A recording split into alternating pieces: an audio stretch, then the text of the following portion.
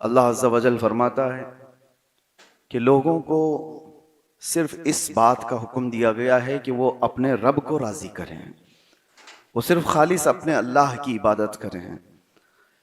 यहाँ एक जुमला मैं आपको समझाना चाहता हूँ। जिंदगी भर आप जमीन पर नाक रगड़ दें, दुनिया तुमसे राजी नहीं होगी, लेकिन एक बार मौला की बारगाह में झुक जाओ, वो सारे गुनाह माफ करके राजी होता है। दुनिया अगर तुमसे थोड़ी देर के लिए राजी हो भी गई तो उसके दिल में वो बात रहती है कि इसने मेरे साथ गलत किया है, लेकिन रहमान का मामला यह है कि बड़े से बड़े गुनाहों को ऐसे छुपाता है जैसे उसने किया ही नहीं था। मेरे आका सल्लल्लाहु अलैहि वसल्लम फरमाते हैं, अत्ताइबु मिनज़्ज़म्बि कमन ला ज़म्ब लह। गुनाहों से बाज आने वाला, तौबा करने वाला ऐसा ही हो जाता है अल्लाह की बारगाह में जैसे उसने कभी गुनाह किया ही नहीं था, जैसे उसका गुनाह हुआ ही नहीं। अब यहां पर मतमह नजर हमारा, अक्सर लोग यही इसी बात में रह गए जिंदगी भर कि लोगों को राजी करना है, और कभी ये दुनिया राजी होती नहीं। और कुरान की एक और आयत मैं आपके सामने पढ़ रहा हूं, पहले पारे की है, वलन तरदा अन्कल यहूद वलन नसारा हत्ता तत्तबिअ मिल्लतहुम। यहूदी और ईसाई तुमसे हरगिज राजी नहीं होंगे जब तक कि तुम उनके दीन में दाखिल ना हो जाओ। ये जो लोग सेकुलरिज्म का चेहरा लेकर के और अपना लिबास बदल करके सोचते हैं कि मैं इनको थोड़ा सा राजी कर लूंगा, कभी नहीं होगा। कुरान कह रहा है, बरसों उनकी खिदमत करने वाले लोगों को एक लात में निकाल देते हैं। तासुब दीन का हमेशा कीड़ा ये बाकी रहता है। इसीलिए मैं ये बातें अर्ज कर रहा हूं कि साथ में रहना, मुआमलात करना और है, लेकिन किसी को राजी करने के लिए अपने आप को बदल लेना ये और है। आपको हुक्म क्या दिया गया? आप हिंदुओं में, क्रिश्चियंस में, ज्यूज के बीच में, यहूदियों के बीच में जिए, अच्छे अखलाक के साथ जिए। ये नहीं है कि इस्लाम हमेशा उनके खिलाफ तलवार उठाए रहने का हुक्म दे रहा है, नहीं है। आप अच्छे अखलाक के साथ जी सकते हैं कि वो पड़ोसी हैं या उनके साथ तिजारत है, उनके साथ मामलात है, लेन देन है, ठीक है। अपने अच्छे अखलाक के साथ उनके साथ जीने की इजाजत इस्लाम देता है, लेकिन साथ में मैं ये जुमला ऐड करता हूं, साथ में अच्छे अखलाक से जीना और है, लेकिन उनकी खुशामदी के लिए, उनकी रजा के लिए अपने आप को छोड़ देना, अपनी आइडेंटिटी बदल देना, यह मुनाफिकत है। और ये बात पक्की है कि तुम कभी भी उनको राजी नहीं कर सकते। आप देख लेना, मैं इस बात को हो सकता है नाम के साथ ना जिक्र करूं, 40-40 साल जिन्होंने नौकरियां की हैं, जूतियां उठाई हैं, उनको किक मार के निकाल दिया गया। क्यों? नाम के साथ जुड़ा हुआ है, नाम के साथ मुसलमान नाम लगा हुआ है तो एक्सेप्टेबल नहीं है। कई ऐसे हमने देखे जो मीडिया के हॉट कुर्सी के हीरो बनने की कोशिश करते रहे, इस्लाम को गालियां दे करके, मुसलमानों को गालियां दे करके। वो कौन थे?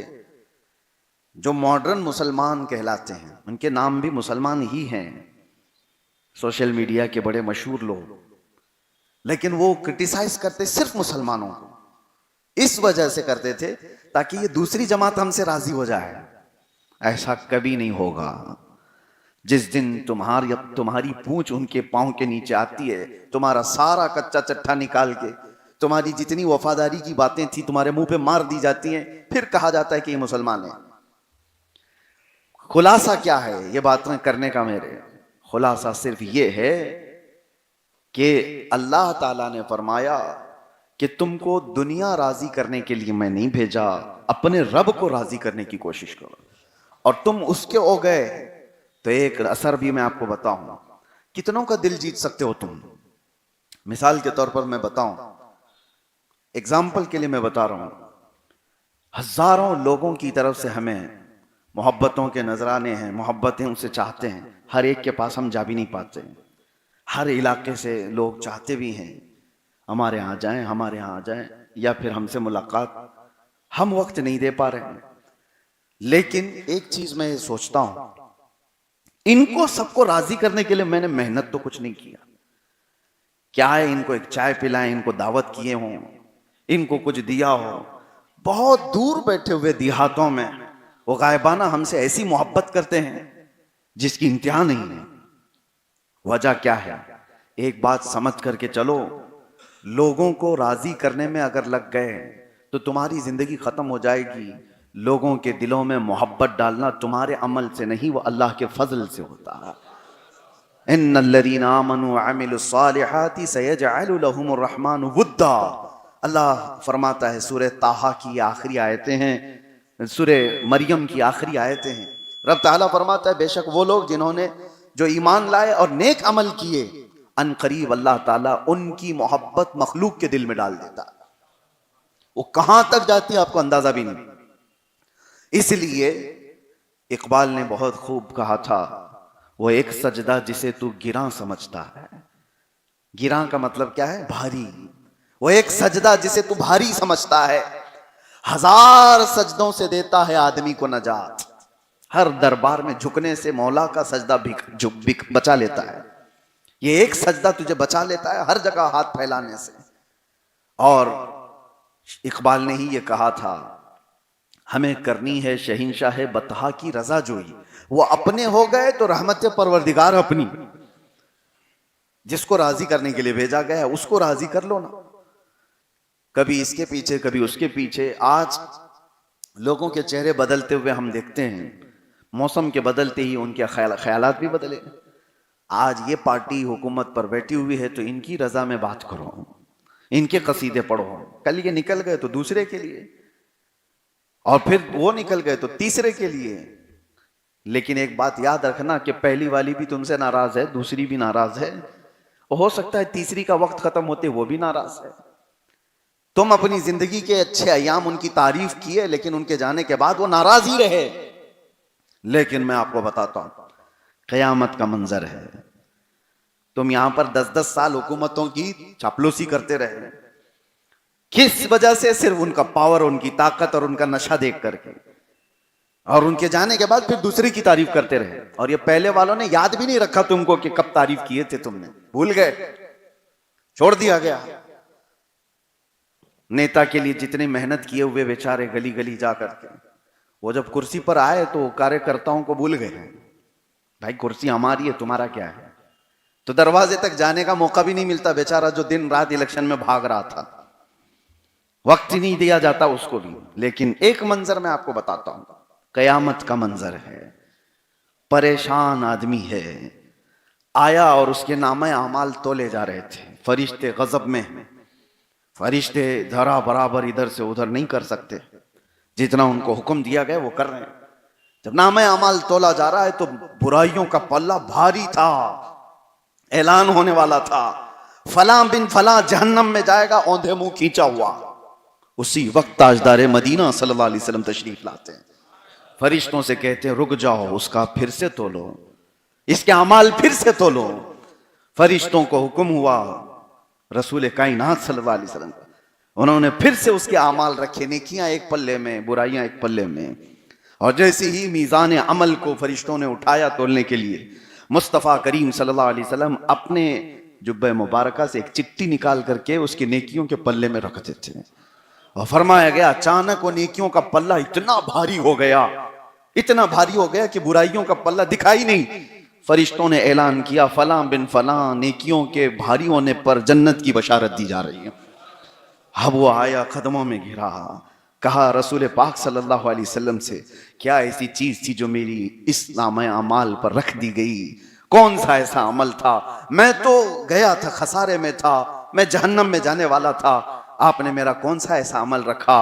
हुजूर अकरम सल्लल्लाहु अलैहि वसल्लम फरमाते हैं, याद है एक रात ऐसी थी जब लोग सो रहे थे और तन्हाई में तू मुझे याद कर एक बार दुरूद पढ़ा था। मुझे याद करके तूने दुरूद पढ़ा था, वो मैंने महफूज रखा था। इसका ये सच्चा दुरूद है, बस वो एक दुरूद मैंने यहां पर रखा और तेरी बख्शिश का जरिया बन गया। ये है उनको राजी करने का असर, जिसको राजी करने के लिए हमें दुनिया में भेजा गया। तुमने उनको राजी किया तो वो कयामत के दिन भी तुम्हें फरामोश नहीं करते। ये नहीं कि आज रसूल करीम सल्लल्लाहु अलैहि वसल्लम का उस दिन हाल क्या होगा। अर्श हक है, मसनद रिफात रसूलुल्लाह की, देखनी है हश्र में इज्जत रसूलुल्लाह की। वो जहन्नम में गया जो उनसे मुस्तगनी हुआ, है खलीलुल्लाह को हाजत रसूलुल्लाह की। उस दिन तो मेरे आका का मामला ये होगा, खलीलो नजी मसीहो सफी सभी से कहीं कहीं ना बनी, ये बेखबरी की खल्क फिरी कहां से कहां तुम्हारे लिए। मुस्तफ़ा करीम सल्लल्लाहु अलैहि वसल्लम की इज्जतों का हाल तो क़यामत के दिन वो होगा कि हर कोई आपकी शान और आपकी रिफात के चर्चे बोल रहा होगा। हर नबी कह रहा होगा इज़हबू इला गैरी, मगर सिर्फ मेरे नबी के लबों पर होगा अना लहा, मैं तुम्हारी सिफारिश के लिए हूं, मैं तुम्हारी शफाअत करूंगा। उस रसूल पाक सल्लल्लाहु अलैहि वसल्लम की बुलंदी और ऊंचाई को कौन अंदाजा कर सकता है। लेकिन मैं आपको बता रहा हूं, उस बुलंदी पर पहुंचे जाने के बाद उस रसूल पाक सल्लल्लाहु अलैहि वसल्लम का हाल यह है, फरमाते हैं तुम मुझे कयामत के दिन देखोगे, मेरे एक कंधे पर चादर होगी और वो खिसक करके गिर रही होगी, मैं अपने एक हाथ से ये चादर संभाल रहा होगा और दूसरे हाथ से अपने उम्मती गरीब को पकड़कर जन्नत में ले जा रहा हूं। जो ना भूला हम गरीबों को रजा, याद उसकी अपनी आदत कीजिए। कब तक ये दुनिया की छोटी छोटी रजाओं में आप रहोगे, चापलूसी में अपनी जिंदगियां कुर्बान करोगे। इसीलिए आला हज़रत फाजिल बरेलवी रहमतुल्लाहि ताला अलैह की बारगाह में एक साहब आए थे नानपारा के, यूपी में एक जगह है नानपारा, बहराइच के करीब, और वहां से वो साहब आए और कहा कि आला हजरत अच्छे अशार लिखते हैं। और नानपारा के एक नवाब साहब थे, नवाबों का दौर था, बड़े जो अपने अपने इलाके के गवर्नर की हैसियत रखते थे। तो एक साहब आए और उन्होंने ये सोचा कि नवाब साहब की शान में कुछ अशार मैं आला हजरत से लिखवा लूं, क्योंकि इनके अशार की तूती बोलती है, बहुत अच्छी उर्दू में आला हजरत अशार लिखते थे। कहा इनसे मैं कुछ अशार लिखवा लूं तो मुझे नजराने भी मिल जाएंगे। पहले का सिस्टम भी ऐसा था कि बादशाहों के सामने शायर पढ़ते थे और उनको वो नजराने दिया करते थे। आज भी देखते होंगे कई शायर सेठों के आसपास खड़े होकर के उनके कसीदे पढ़ रहे होते हैं, उन पर नोटों की बारिश हो रही होती है। हाँ, हुजूर की शान में पढ़ो तो लोगों में जोश कम है, पीर साहब की शान में पढ़ो तो उड़ाया जा रहा होता है। वो निजाम शायरों का बहुत पहले से चला आ रहा है।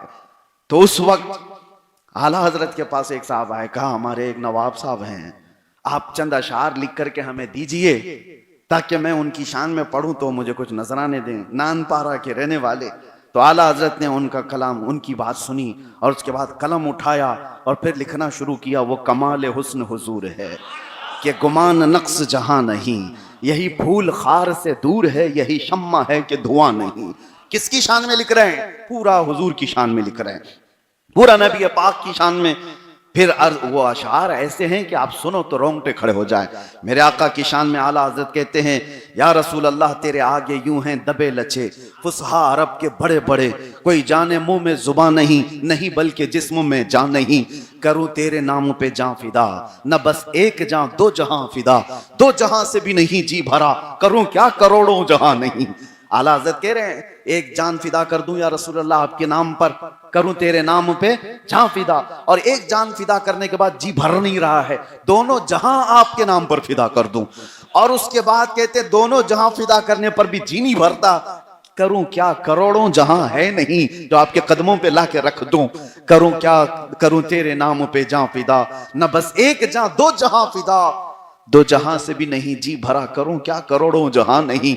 आखिर में इस कलाम के आखिर में वो साहब तो नानपारा वाले थे, नानपारा वाले थे, उनके बात पर ये कलाम लिखा जा रहा था। आखिर में आला हज़रत का कलम जलाल में लिखता है, जो मैं आपसे कहना चाहता हूं वो वक्त का मुजद्दिद कहता है, करूं मद है अहले दुवल रजा।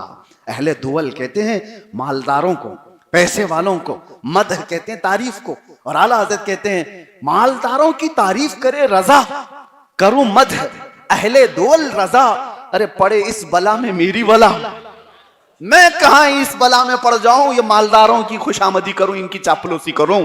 करूं मद अहले दुवल रजा, पड़े इस बला में मेरी बला। अरे मैं गदा हूं अपने करीम का, मैं गदा हूं अपने करीम का। और आखिर का जुमला काबिल गौर है, आला हज़रत की हाजिर दिमागी देखो, कहते हैं करूं मैं गदा हूं अपने करीम का, मेरा दीन पारा नान नहीं।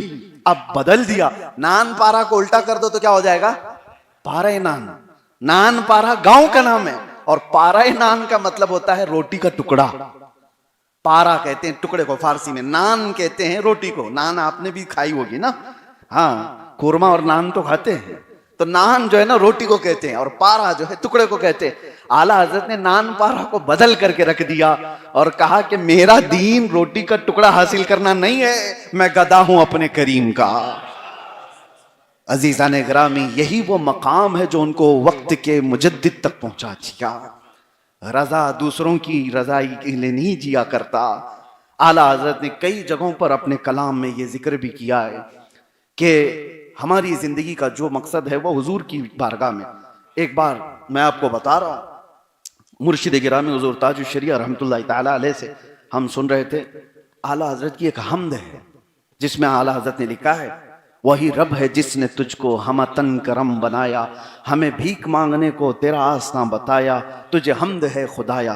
अल्लाह की हमद बयान कर रहे हैं, लेकिन किसके जरिए से? रसूलुल्लाह की अता पर, कि अल्लाह तूने हमको ऐसा रसूल अता किया है कि जिसके आस्ताने पर हम भीख मांग सकते हैं। वही रब है जिसने तुझको हम तन करम बनाया, हमें भीख मांगने को तेरा आस्ता बताया।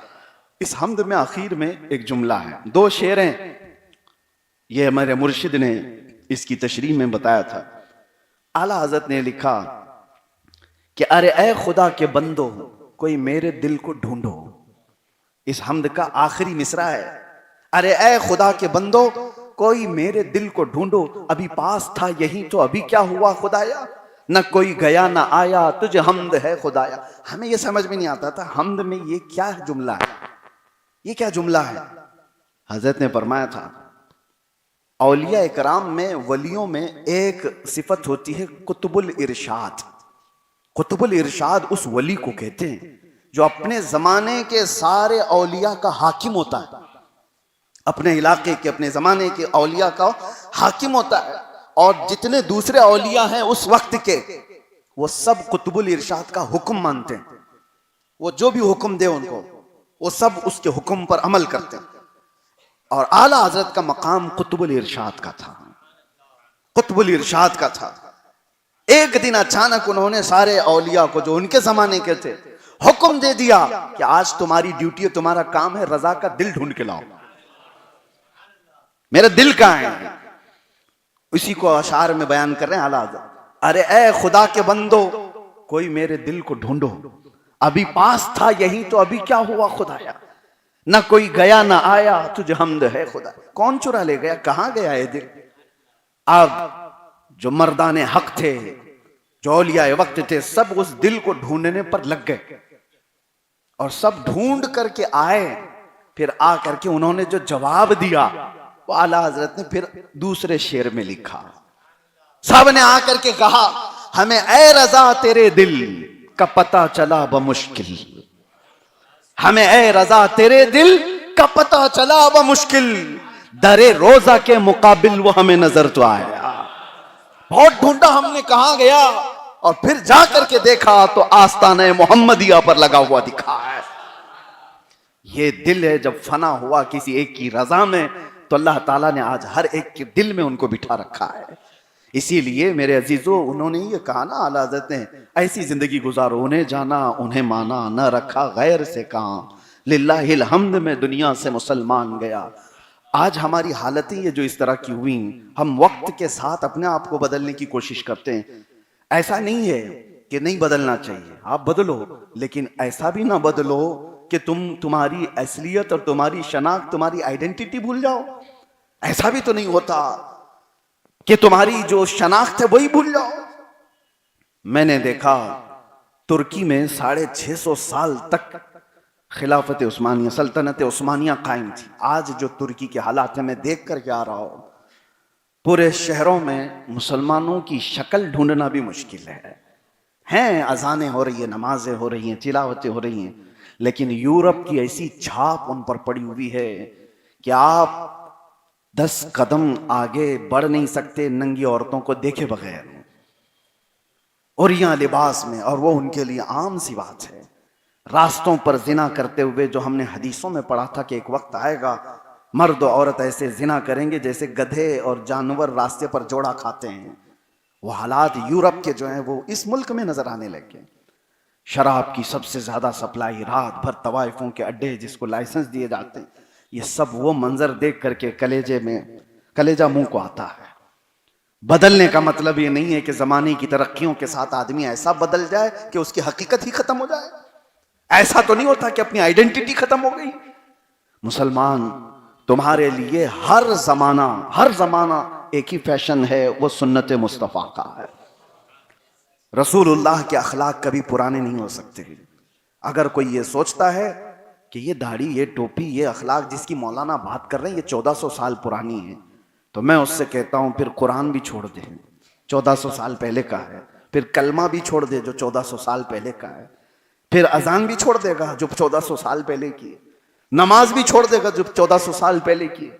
अरे देख, हुसैन का तज़किरा अभी तक मरा नहीं, 1400 साल पहले का है। हर जमाने में सुनाओ मुहर्रम का तज़किरा, ताजा नहीं लगता आपको? इस्लाम में अल्लाह ताला ने वो असर रखा है कि इसकी चीजें पुरानी नहीं होंगी। अगर पुरानी हो रही होती तो ये जुमा में तुम आते भी नहीं। हर जुमा कौन तुम्हें खींच कर लाता है? क्या जुमा का कभी पोस्टर लगता है, कभी ऐलान होता है, अनाउंसिंग होती है कि आओ आओ जुम्मा हो रहा है? बेइख्तियार तुम निकल आते हो, इसलिए कि जिस दीन से तुम वाबस्ता हो ये दीन सुबह क़यामत तक ताजा रहेगा, ताजा रहेगा। लेकिन बात सिर्फ अखलाक और अमाल की आ जाती है कि तुम यूरोप के पीछे भागने लग गए और अपने आप को सेक्युलर कहलाने के लिए, अपने आप को बदलने के लिए कि मैं भी थोड़ा पॉश लगूं, तो उनकी चीजों पर भागने लगे कि मुझे दुनिया पॉश समझेगी। कभी तुमको वो इज्जत नहीं दी जाएगी, तुम चाहे पूरा अपने आप को बदल डालो। हमने देखा है क्या बॉलीवुड में, हॉलीवुड में और खेलों में स्टार्स नहीं है मुसलमान नाम से, लेकिन दुनिया फिर भी उनके नाम के साथ जुड़ा हुआ इस्लामी लफ्ज आता है तो उसको एक तनकीदी नजर से देखती है, उसको एक गिरी हुई नजर से देखना चाहती है। वो चाहे जो कुछ भी कर लें उनको दुनिया एक्सेप्ट नहीं करेगी। ये बात पकड़ के चलो, आपको भी, हाँ, आपको मनवाना है तो सिर्फ एक जात रब्बुल आलमीन को मनवाओ और अल्लाह हर एक के दिल में तुमको बिठाएगा, हर एक के। फिर तुम दुनिया की जरूरत बन जाओगे। आज भी हमदी ताला हमने देखा है, क्या हमारा लिबास कोई खराब दिखता है? क्या हमारे खद्दो खाल कोई खराब दिखते हैं? अल्हम्दुलिल्लाह, मैं आपको बताता हूं कई जगहों पर, ये मैं तहदीस नेमत के लिए कह रहा हूं, अमामा शरीफ इसी तरह से मैं कई मरतबा एयरपोर्ट से गुजरता रहा, तो कुछ डिपार्टमेंट के लोग हैं तो कसरत से आने जाने की वजह से वो तो जानते भी हैं, पहचानने भी लग जाते हैं, कसरत से आ रहे जा रहे हैं। जिस तरह से चंद ही महीनों पहले एक साहब आए, उन्होंने कहा कि मैं देखता हूं आप जब भी आते हैं सारी चीजें हैं, लेकिन एक चीज बहुत अच्छी लगती है, मैं सिर्फ आपका लिबास देखते रहता हूं। मैंने कहा कि इससे तो दुनिया नफरत कर रही है, हमारी दाढ़ी, हमारी टोपी, और आप क्या? कहा नहीं, कुछ तो है, अच्छा लगता है। हमने ये महसूस किया मेरे नबी के अखलाक कभी पुराने नहीं हो सकते। तुम इज्जत इसी में हासिल करो, इज्जत इसी में हासिल करो। आदमी जब खुद के अंदर अपने घर को नहीं बनाना चाहता तो फिर उसका घर चमकेगा कैसे? तुम्हारा दीन कोई इधर उधर का, बस्ती का, मोहल्ले का लिया हुआ दीन नहीं है, यह आफाकी दीन है और क़यामत तक के लिए आया हुआ दीन है। यह ऐसा एक रेवोल्यूशन नहीं है जो किसी ने, एक जैसे क्रांतिकारी ने शुरू किया और उसकी मौत के बाद वो खत्म हो गया, ऐसा नहीं है। दुनिया में इस्लाम जब रसूलुल्लाह सल्लल्लाहु अलैहि वसल्लम की आवाज़ों पर निकला था तो इसकी बका, इसकी हिफाजत अल्लाह ने अपने जिम्मे लिया, क़यामत तक अल्लाह इसको जिंदा रखेगा। अब मसला दीन का और कुरान का और इस्लाम का नहीं है, हमारे और आपके ईमान का है। इस्लाम तो रहेगा, कुरान भी रहेगा, आपको फिक्र करने की जरूरत नहीं, कोई कुछ नहीं करेगा इसका। हजार चाहे जमातें बैठ जाएं, कुरान को जलाने की कोशिश करें, इस्लाम को मिटाने की बात करें, कुछ नहीं होने वाला। हाँ, फर्क तुम्हारे और हमारे ईमान का है कि तुम्हारे साथ क्या होगा, मेरे साथ क्या होगा। दीन बाकी रहेगा और अल्लाह जब चाहे, चाहे ये पूरे 1,00,000 लोग भी मर जाएं, रब तबारक व तआला पत्थरों को उठा करके हिदायत अता फरमा सकता है। वो अपने दीन का काम किसी से भी लेगा। कोई इस जगह दूसरी कौम आएगी, दूसरे पैदा होंगे। आपको पता है बगदाद को तबाह करने वाले लोग ततारी थे। ततारी बहुत खूनखार कौम थी, जहां देखा मुसलमानों को मारा, मुसलमानों की खोपड़ियों से उन्होंने मीनार बना दिया था और दरियाए दजला का पानी पूरे मुसलमानों के खून से लाल कर दिया था। बगदाद में जब घोड़े दौड़ते थे तो पूरे घोड़ों के टाप खून में भीग जाते थे, तर हो जाते थे, इतना खून बहाया था ततारी लोगों ने। और उस वक्त मुकाबला करने की हिम्मत भी नहीं रह गई थी, मुसलमान सब बिखर गए। हजारों लाखों किताबें उन्होंने जला डाली दुश्मनी में, जैसे आज ये कर रहे हैं बहुत सारे। इनके अंदर इतना जहर भरा हुआ है, तासुब इतना है कि कहीं एक मुसलमान नजर आ जाए उसको टारगेट करो। 1 लाख लोग प्रोटेस्ट कर रहे हैं, उनसे कोई मतलब नहीं, एक दाढ़ी वाला दिखे तो उसको उठाओ, सारी एनर्जी उस पर लगाओ। ये तासुब के कीड़े ये आज से नहीं, बरसों से चले आ रहे हैं। और वो ततारी कौम का मैं बात आपके सामने रख रहा हूं, आप देखना ये चीज होगी अल्लाह जब चाहे। ततारी कौम इतनी जालिम, अजान की आवाज नहीं सुन सकती थी। हो रहा है आज, हाँ, बगदाद में अजानों पे पाबंदी थी। एक बुजुर्ग तहखाने में अजान दे रहे थे, उनको पकड़ करके ले आए ततारी। कहा बाबा तुम देख नहीं रहे हो बगदाद पूरा खत्म हो गया, तुम कहां से अजान दे रहे हो? बूढ़े मियां ने कहा कि जब तक मेरी जिंदगी बाकी है मैं अल्लाह अकबर तो कहता रहूंगा।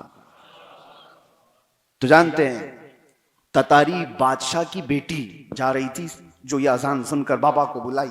कहा डर नहीं लगता तुझको, हम मार डालेंगे। तो उस बाबा ने कहा नहीं डर तो नहीं लगता, आज या कल कभी तो मरना ही है, अल्लाह के नाम पे मर जाऊंगा। कहा कौन सा अल्लाह जो तुम्हारा इतने लोगों को मरवा दिया, खत्म कर दिया, बचाया नहीं, उस अल्लाह की बात कर रहे हो? बाबा ने कुछ भी नहीं कहा। बाबा ने कहा होता है ऐसे, होता है। कहा क्यों होता है ऐसे? मिसाल क्या दे दी बाबा ने? कहा देखो बेटा, आपने बकरियां चराने वाले को देखा होगा। कहा बकरियों का झुंड लेकर के जाता रहता है, बकरियों का झुंड लेकर जाता, लेकिन हर बकरी चराने वाला चरवाहा एक कुत्ता भी पालता है। कहा बाबा ने कुत्ते भी उसके साथ, 1 या 2 कुत्ते रहते हैं। कहा क्यों? क्योंकि बकरियां रेवड़ में चलते चलते कभी रोड पे आ जाएं तो कुत्ता भौंक भौंक के उनको रेवड़ में मिला देता है, बकरियों की जमात में लेके आ, कुत्ते का काम यही होता है।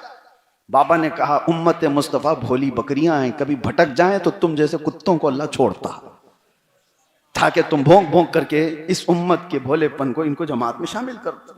बस इतनी बात थी मेरे अजीजों। उसके बाद के हालात जो हुए, 10,000 ततारी मुसलमान हुए थे बगदाद में। अजानों के मुहाफिज ततारी थे, नमाजों की पाबंदी ततारी कर रहे थे।